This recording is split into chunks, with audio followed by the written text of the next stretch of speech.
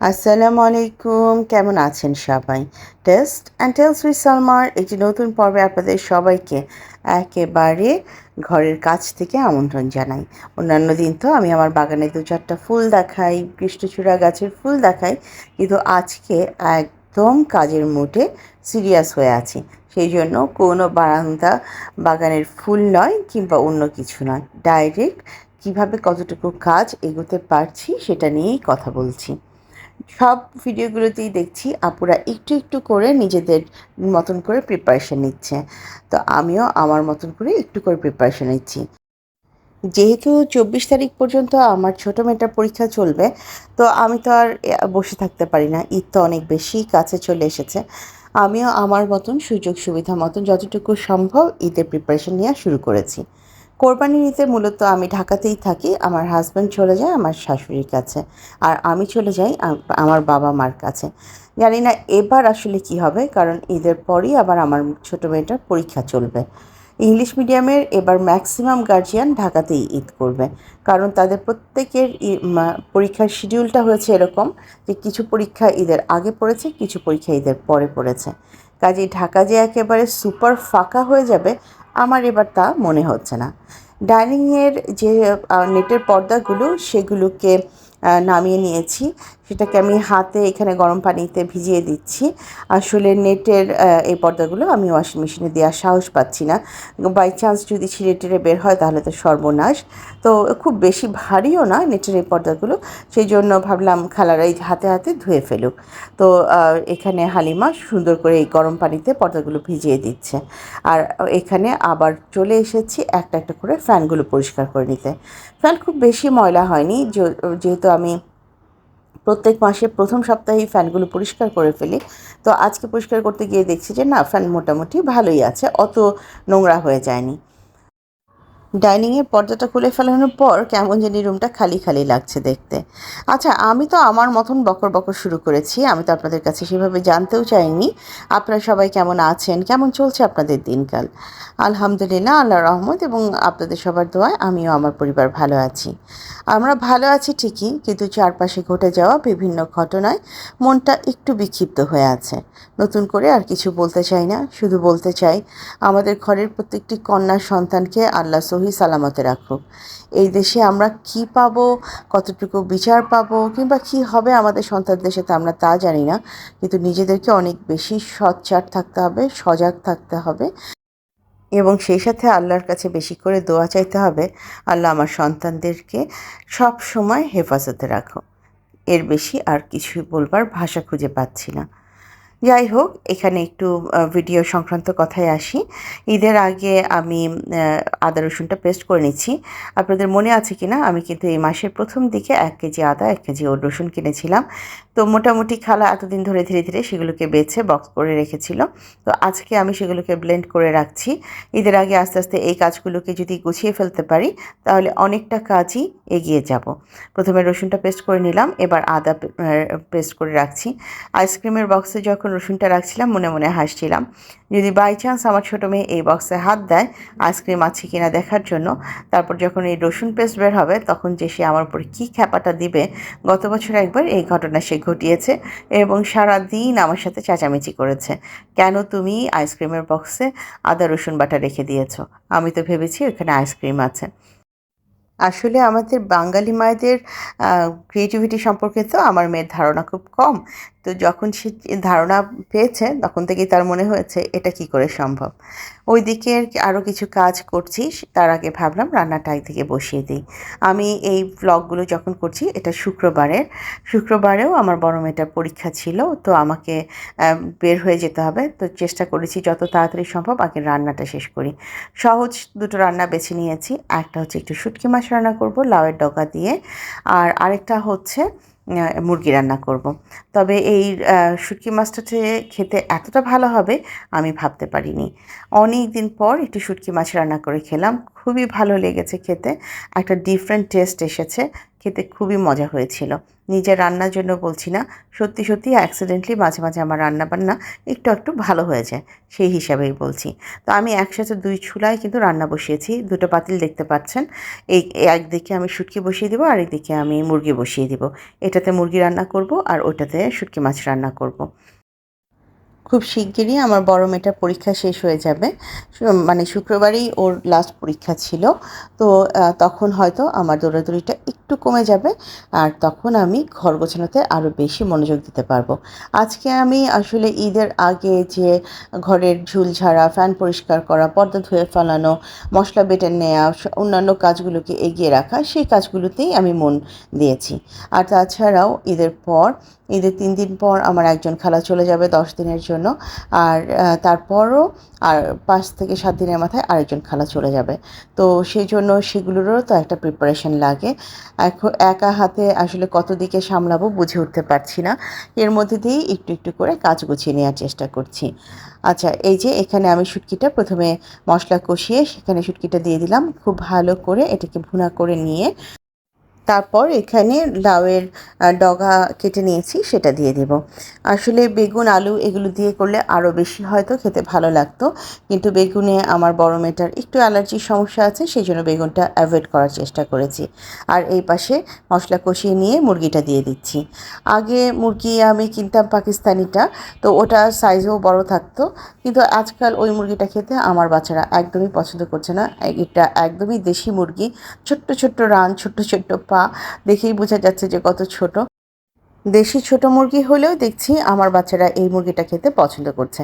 মাঝখানে তো তারা আমাকে রীতিমতন ব্লেম করছিল যে মা, তোমার মুরগি রান্না একদমই হচ্ছে না। পরে যখন আমি এভাবে ছোট মুরগি কিনে রান্না শুরু করলাম, তখন থেকে তাদের সব কিছু ঠিকঠাক আছে।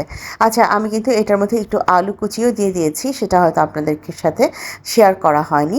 আর এখন এই যে যখন মাছ এবং আলু দুটোই ভালো করে ভুনা ভুনা টাইপের হয়ে গেছে, এবার আমি এখানে শাকগুলো দিয়ে দিচ্ছি। এখানে আমি লাউয়ের ডগা যে নরম অংশটা আছে সেটাকেই বেছে নিয়েছি, ওটাই এর সাথে অ্যাড করে দেবো। একবার মন চাচ্ছিল একটু বেগুন দিয়ে দিই, কিন্তু ওই যে বললাম অ্যালার্জি সমস্যা আছে বলে আমি আর বেগুনটা অ্যাড করিনি। আমার বাচ্চারা কিন্তু শুটকিটা খেতে পছন্দ করে। আমি নিজেও অবাক হই, অনেকের বাচ্চারা খায় না, রাগ করে, পছন্দ করে না রান্নাটা, কিন্তু আমি দেখলাম ওরা আবার এটা খায়। হয়তো বা আমি অনেক লম্বা সময় শুটকিটাকে গরম পানিতে ভিজিয়ে রাখি, সেরকম একটা স্মেল পাওয়া যায় না, খেতে হয়তো নর্মাল মাছের মতনই লাগে, সেই জন্যই হয়তো খায়। তো ওদেরকে দেখলাম এটা তারা বেশ আগ্রহ নিয়ে খায়। আর আমার ছোটো মেয়ে তো বারবার বলছিল বালা চাও এনে তাকে যেন খাওয়ানো হয়। আমি ভুটানে থাকা অবস্থায় প্রচুর বালাচাও নিয়ে যেতাম দেশ থেকে। বিভিন্ন পেজ থেকেই নিতাম। তো সেরকম একটা পেজের কথা হঠাৎ মনে হলো। তো ভাবছি যে সেখান থেকে একটু অর্ডার করব। ঈদের আগে হয়তো তেমন একটা করা হবে না অর্ডার, ঈদের পরেই অর্ডারটা করব। ওদিকে রান্নাগুলো হতে থাক, এদিকে আমি এই কিছু ডিম এনেছি। ডিমগুলোকে ধুয়ে পরিষ্কার করে একটু বক্সে রেখে দেব। এই ডিমগুলোকে ধুচ্ছিলাম যখন, তখনই আমার একটা পার্সেল এসেছে। তো সেটা কালেক্ট করতে চলে গিয়েছিলাম। ডিমগুলোকে এভাবেই রেখে চলে গিয়েছিলাম। হঠাৎ করে আমার ছোটো মেয়ে বলছে, মা তুমি তাড়াতাড়ি সিঙ্কের উপর থেকে ডিমগুলোকে সরিয়ে ফেলো, ইউনি ওখানে ঘোরাঘুরি করছে, সে যদি বাই চান্স ওখানে কোনো একটা ডিম ভেঙে ফেলে সর্বনাশ হবে। তো এই যে এই অবস্থায় আমি তাকে রেখে চলে গিয়েছিলাম মেইন গেটে। তো এসে এখন তাড়াতাড়ি করে আবার সেগুলোকে তুলে ফেলছি। বেশ কিছুক্ষণ এগুলো এখানে ছড়া হতেই ছিল। আমি কিন্তু একদম রেডি হয়ে কাজ করছিলাম। বাইরের জামা পরে রান্নাঘরে কাজ করাটা কিন্তু একটু টাফ, ভীষণ গরম লাগতে থাকে। আমি রেডি হয়ে কাজ করছিলাম কারণ আমি এর মধ্যে একবার বের হয়ে চলে গিয়েছি, আমার বড় মেয়েকে হলে বসিয়ে দিয়ে এসেছি। বাকি কাজগুলো শেষ করে আবারও আনতে চলে যাব। তো এই ফাঁকে ভাবছি রান্না এবং অন্যান্য কাজগুলো শেষ করি।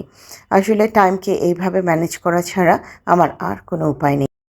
কোরবানি ঈদটা আমার কাছে কখনোই খুব বেশি আনন্দের মনে হয় না। মানে বিয়ের পর থেকে আমার কাছে এটাকে একটা ঝামেলাই মনে হয়। আল্লাহ মাফ করুন, এইভাবে আসলে বলা উচিত না।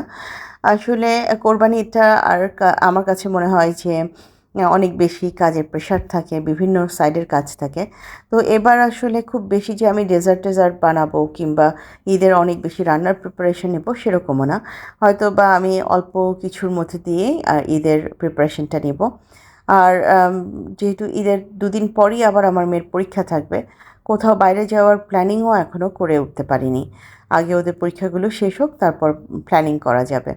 তো আসলে ঈদটা আমার একেবারে পরীক্ষাময় হয়ে গেছে।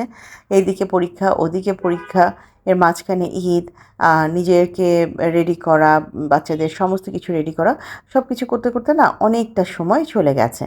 তো এই দৌড়াদৌড়ির ফাঁকেই আমি বাচ্চাদের জন্য একটু একটু ঈদ শপিং করেছি। সেটাকে আসলে শপিং বলা চলে না, যেহেতু ওদের প্রচুর পরিমাণে কোচিং থাকে, তো দুজনকেই একটা একটা করে টপস কিনে দিয়েছি, যে তোমরা কোচিংয়ে এই টপসগুলো পরে ফেলো, ঈদের দিন এটাই তোমাদের ঈদের ড্রেস। আচ্ছা, এর মধ্যে কিন্তু আমি আবারও বের হয়ে চলে গিয়েছিলাম। আমার মেয়েদেরকে হল থেকে তুলে এনেছি। এখন বাসায় চলে এসেছি। আসার পথে কিছু ফলমূল কিনে এনেছি। এদিকে একটু আঙ্গুর নিয়ে এসেছি। এটা আমার ছোটো মেয়ের খুব পছন্দের একটা ফল। এটা সে থাকলে কোনো কিছু নিয়েই কোনো কথা বলে না। বলতে গেলে পুরোটাই সে কিন্তু খেয়ে নিয়েছে। আমরা মনে হয় একটা দুটো নিয়েছি, মুখে দিয়েছি। বাকিটা সে নিজেই সাবার করে দিয়েছে। আঙ্গুর তার এত পছন্দ। আর সেই সাথে কিছু সিজনাল ফল, একটু আম এনেছি। লিচু কিনতে চেয়েছিলাম, কিন্তু লিচুর সাইজ দেখে এবং কালার দেখে বেশি একটা পছন্দ হয়নি। ছোট ছোট লিচু এবং সবুজ রঙের লিচুগুলো বলছিল 500 টাকা করে। তো আমার আসলে সাইজ এবং এই সবুজ রঙের লিচু দেখে একদমই ইচ্ছে করেনি কিনে আনতে। অনেক আপুদেরকেই দেখছি লাল টকটকে লিচু টেবিলে সাজাচ্ছে, কিন্তু আমি এখনও পাইনি। আমি জানি না আমি কবে ঠিকঠাক মতন পাবো। তো এই ফলগুলোকে ধুয়ে গুছিয়ে রাখছি, যাতে পরবর্তীতে মেয়ে খেয়ে নিতে পারে। তার জন্য ওদের পরীক্ষার সময়টা না আমি চেষ্টা করি ওদেরকে একটু স্পেশাল ট্রিট দিতে, একটু স্পেশাল ফিল করাতে, যাতে ওরা মনে করে যে হ্যাঁ, আমার বাবা মা পরীক্ষার সময় আমার জন্য আমার পাশে আছে, আমাকে মেন্টাল সাপোর্ট দিচ্ছে, আমার পছন্দের জিনিসটা আমাকে এনে দিচ্ছে, পছন্দের খাবারটা দিচ্ছে। তো এই জন্যই আমি সবসময় চেষ্টা করি ওদেরকে একটু স্পেশাল ফিল করাতে। আসলে আমি না, আমার মনে হয় আমাদের প্রত্যেকটা বাবা মার কাছে আমাদের সন্তানরা, ছেলে হোক মেয়ে হোক, প্রত্যেকে স্পেশাল। তাদেরকে স্পেশালভাবে ট্রিট করাটা আমাদের বাবা মায়েদের মধ্যেও একটা দায়িত্ব। আর সেই স্পেশাল বাচ্চাগুলো যদি কোনো কারণে আমাদের ছেড়ে দুনিয়া থেকে চলে যায়, সেটা কত কষ্টকর। আমি কোনোভাবেই রামিসার এই মৃত্যুটা মেনে নিতে পারছি না। আম কেনার সময় এত বেছে কিনলাম, তারপরেও এই আমটা কেমন জানি একটু নরম নরম মুখটা। আসলে কোন দিক দিয়ে যে কী দিয়ে দেয় খেয়াল করে উঠতে পারি না। যাই হোক, যা কিনেছি তাড়াতাড়ি খাইয়ে শেষ করে ফেলতে হবে। এগুলো রাখা যাবে না, রাখলে একদম নরম হয়ে যাবে। আমগুলো মোটামুটি বেশ ভালো ছিল, মিষ্টি ছিল, ভালো পাকা ছিল। আচ্ছা, এই হচ্ছে রান্নার ফাইনাল লুক। আমি রান্না অর্ধেক করে ধামাচাপা দিয়ে চলে গিয়েছিলাম। ধামাচাপা না, ঢাকা চাপা দিয়ে চলে গিয়েছিলাম। এখন এসে বাকি রান্নাটা শেষ করলাম, আপনাদের সাথে দেখাচ্ছি। আমার ম্যাক্সিমাম সময় যেটা হয়, আমি চুলা থেকে আপনাদেরকে ফাইনাল লুক দেখিয়ে দিই।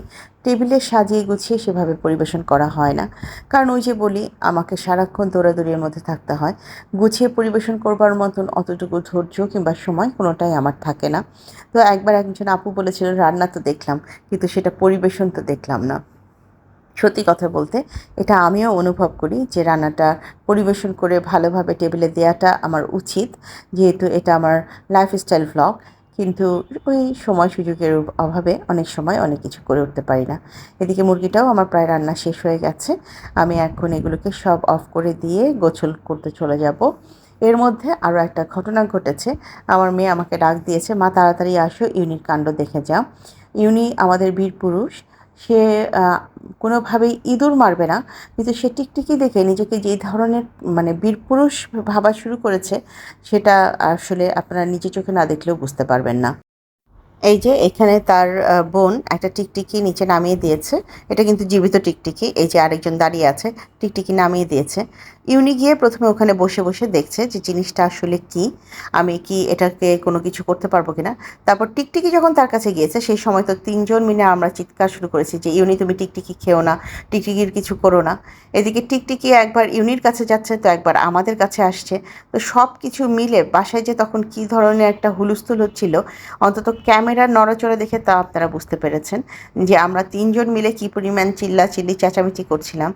ইউনি যখন দূরের থেকে তাকিয়ে থাকে, তখন মনে হয় সে ভয় পাচ্ছে, আবার কাছে এসে মাঝে মাঝে টিকটিকিটা নিয়ে খেলার চেষ্টা করছে। মানে সব কিছু মিলে না একটা সেই রকম দেখার দৃশ্য হয়েছে। আমরা একটু একটু করে ইউনির ভয় ভাঙানোর চেষ্টা করছি।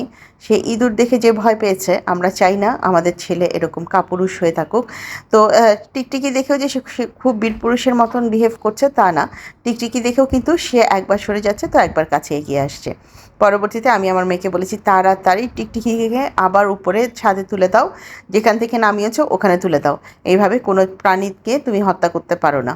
তো সে আর এটা তুলেনি, কিন্তু টিকটিকিকে সে মেইন ডোর দিয়ে বের করে দিয়েছে, চলে যা। এটা একদম সন্ধ্যার পর আমরা তিনজন মিলে গল্প করছিলাম, তো হঠাৎ মনে হলো অনেক দিন পিৎজা খাওয়া হয় না, তো একটুখানি পিৎজা তোর খাওয়াই যায়, সেই হিসাবেই অর্ডার করা।